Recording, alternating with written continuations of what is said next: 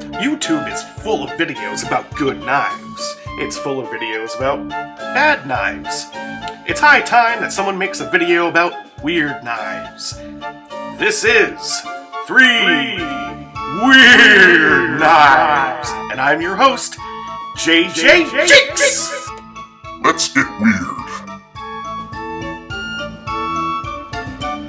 Welcome back to another episode of 3 Weird Knives with JJJinks.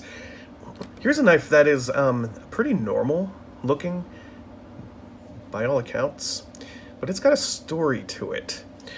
So the story is, I was on one of my many road trip things throughout my life, probably traveling on business, somewhere near Oklahoma. And I saw billboards for a little cutlery shop that happened to be open, and I wanted to stretch my legs. And they had a box of knives that were damaged, or they just wanted to get rid of, and they were selling them for $1 each. And they had like 5 or 6 of these. And I picked one that was intact. Some of them had missing bolsters that had broken off or chipped blades. This one looked like it was in the best condition. And the only identifying marks that I could find are on the blade here. You can see Golden Tiger Stainless, Rockwell 54. So that Rockwell 54 is telling you the hardness of the steel, and China. The scales are interesting, I think. It sort of bows out and makes almost like a canoe sort of shape. And there's a little bit of file working done on the bolsters. Now, the file working was different for some of the other knives, but they all had this golden China stamp on it with like that tiger head. So the construction-wise, it's actually not that bad. There are not any glaring gaps, and the wood is shaped pretty well to the bolsters. This is pretty decent craftsmanship for a neat little lockback blade. I can't find any information about these knives. If you look around Google, which I haven't done recently, but I have seen listings in the past for knives with this moniker on it. But I literally nobody knows about these knives, what they are, who made them. But apparently they were inexpensive and came from China. And it's the mystery and intrigue behind this knife that led me to include it on my weird knife list. Usually you can find a lot of information about knives with the modern internet, but in this case, weirdly not. Here's a knife. Kinda. I don't even remember where I got this from, but obviously it's a rather detailed Punisher skull with very large menacing eyes. Is it a Punisher, or is it like a Predator that had its jaw cut off and then replaced with this? I don't know, but when you pull on this guy's teeth, you get a knife. So it's the Punisher Predator necklace pendant knife.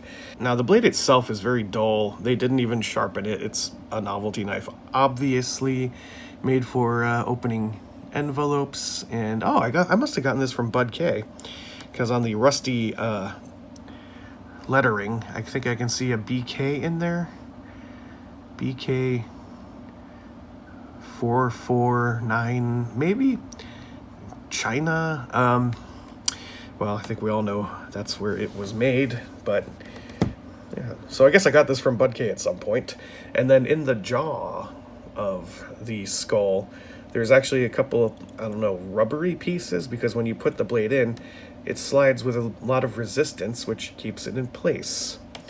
So this was one of my very first neck knives, and it is my weirdest neck knife. And the third knife for this episode is this little guy. So the story of how I got this one was I was ordering stuff off of DHgate, which has a lot of really neat, weird novelty knives that I like just looking at.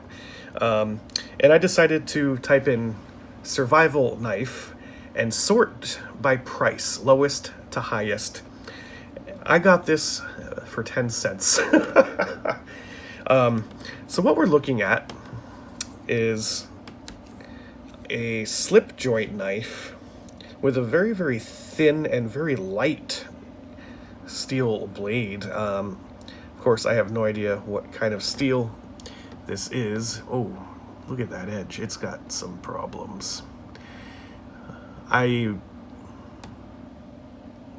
And you can see the tool marks. This is, well, for the price, pretty good. Now you may have noticed that the scales are white plastic with painted on wood and painted on brass, with a rivet through here for the spring and a rivet through here for the pivot. And included is this little hook that just kind of comes over the back for your lanyard. So they actually painted the plastic to make it look like wood and metal. And in the photos, they actually had like one of those like shiny marks on it to make it look like it was solid metal. So I was overjoyed when this came in the mail. I was like, that is so weird. I've never seen something so cheap. I would have been fine if they just left it as the white plastic, but I'm glad they didn't. This is just weird, man.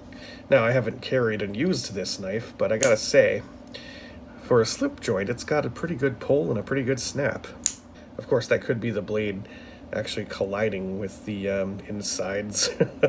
Alright, that's enough weird for me.